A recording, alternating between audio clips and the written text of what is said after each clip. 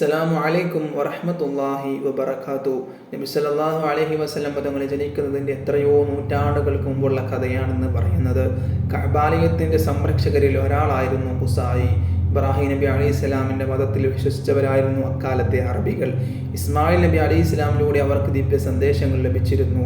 നൂറ്റാണ്ടുകൾ കടന്നു പോയപ്പോൾ അവർ ദിവ്യ സന്ദേശത്തിൽ നിന്നൊക്കെ അകന്നുപോയി. നമുക്ക് ഖുസായിയുടെ കഥ പറയാം.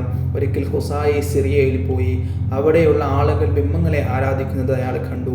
അത് വളരെ ആകർഷകമായി തോന്നി ഖുസായിക്ക്. ഇതുപോലുള്ള വിഗ്രഹങ്ങൾ കഅബാലയത്തിലും സ്ഥാപിക്കണമെന്ന് ഖുസായി ആഗ്രഹിച്ചു. ചില വിഗ്രഹങ്ങൾ വാങ്ങിക്കൊണ്ട് പോകണമെന്ന് തീരുമാനിച്ചു. ഖുസായി മടക്കയാത്രയിൽ ഒപ്പം കുറേ വിഗ്രഹങ്ങളും ഉണ്ടായിരുന്നു. അയാൾ മക്കയിലെത്തി മറ്റു നേതാക്കളുമായി സംസാരിച്ചു. വിഗ്രഹങ്ങൾ കഅബയിൽ സ്ഥാപിച്ചു.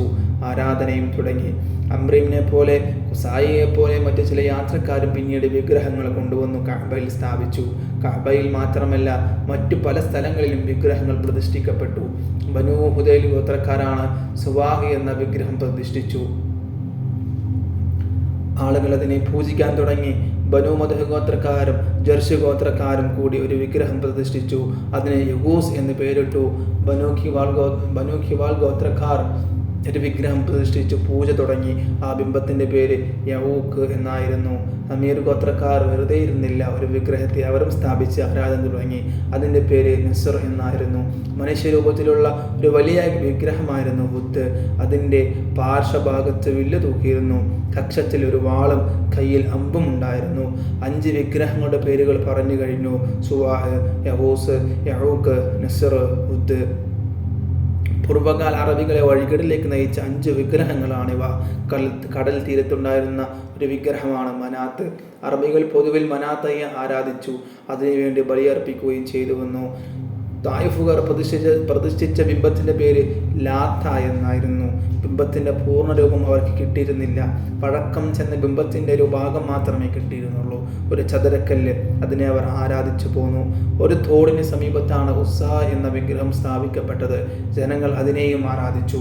അറബികളുടെ സാമൂഹിക ജീവിതത്തിൽ വലിയ സ്വാധീനം ചെലുത്തിയ ബിംബങ്ങളായിരുന്നു ലാത്തയും ഉസ്സയും മനാത്തയും. കഅബാലയത്തിൽ അനേകം വിഗ്രഹങ്ങളുണ്ടായിരുന്നു. അവയിൽ ഏറ്റവും വലുത് ഹുബുൽ ആയിരുന്നു. ചെങ്കല്ല് കൊണ്ട് നിർമ്മിക്കപ്പെട്ട മനുഷ്യരൂപമാണ് ഹുബുൽ. വളരെ പഴക്കം ചെന്ന ബിംബം. അറബികൾ ഈ ബിംബത്തെ കണ്ടെത്തുമ്പോൾ അതിന് വലതു കൈ ഉണ്ടായിരുന്നില്ല. വലതു കൈ വച്ച് പിടിപ്പിച്ച് സ്വർണം കൊണ്ട് വെച്ച് പിടിപ്പിച്ചു. ഏറ്റവും വലിയ ബിംബത്തെ അറബികൾ വളരെയേറെ ആദരിച്ചു. പ്രത്യേക പൂജകൾ നടത്തി. അറബികൾ ഒറ്റയ്ക്കും കൂട്ടായ ബിംബങ്ങളെ വണങ്ങാൻ വരും. ചിലപ്പോൾ ബലിയർപ്പിക്കും. ബലിക്കുള്ള മൃഗങ്ങളെ നേരത്തെ നിശ്ചയിച്ചു വെക്കും. ദീർഘയാത്രയ്ക്ക് പുറപ്പെടുമ്പോൾ ബിംബങ്ങളെ കണ്ടുകൊണ്ട് വണങ്ങും. കാലം കടന്നുപോയപ്പോൾ ബിംബാരാധന ശക്തിപ്പെട്ടു. ബഹുദൈവ വിശ്വാസം ബലപ്പെട്ടു. മനുഷ്യ മനസ്സിൽ ശിർക്കിന് ബഹുദൈവ വിശ്വാസത്തിന് ആഴത്തിൽ വേരുകളുണ്ടായി. ഇങ്ങനെ ബിംബാരാധനയും ബഹുദൈവ വിശ്വാസവും ഏറ്റവും ശക്തി പ്രാപിച്ച കാലത്താണ് മുഹമ്മദ് നബി സല്ലല്ലാഹു അലൈഹി വസല്ലം തങ്ങൾ മക്കയിൽ ഭൂജാതനാകുന്നത്.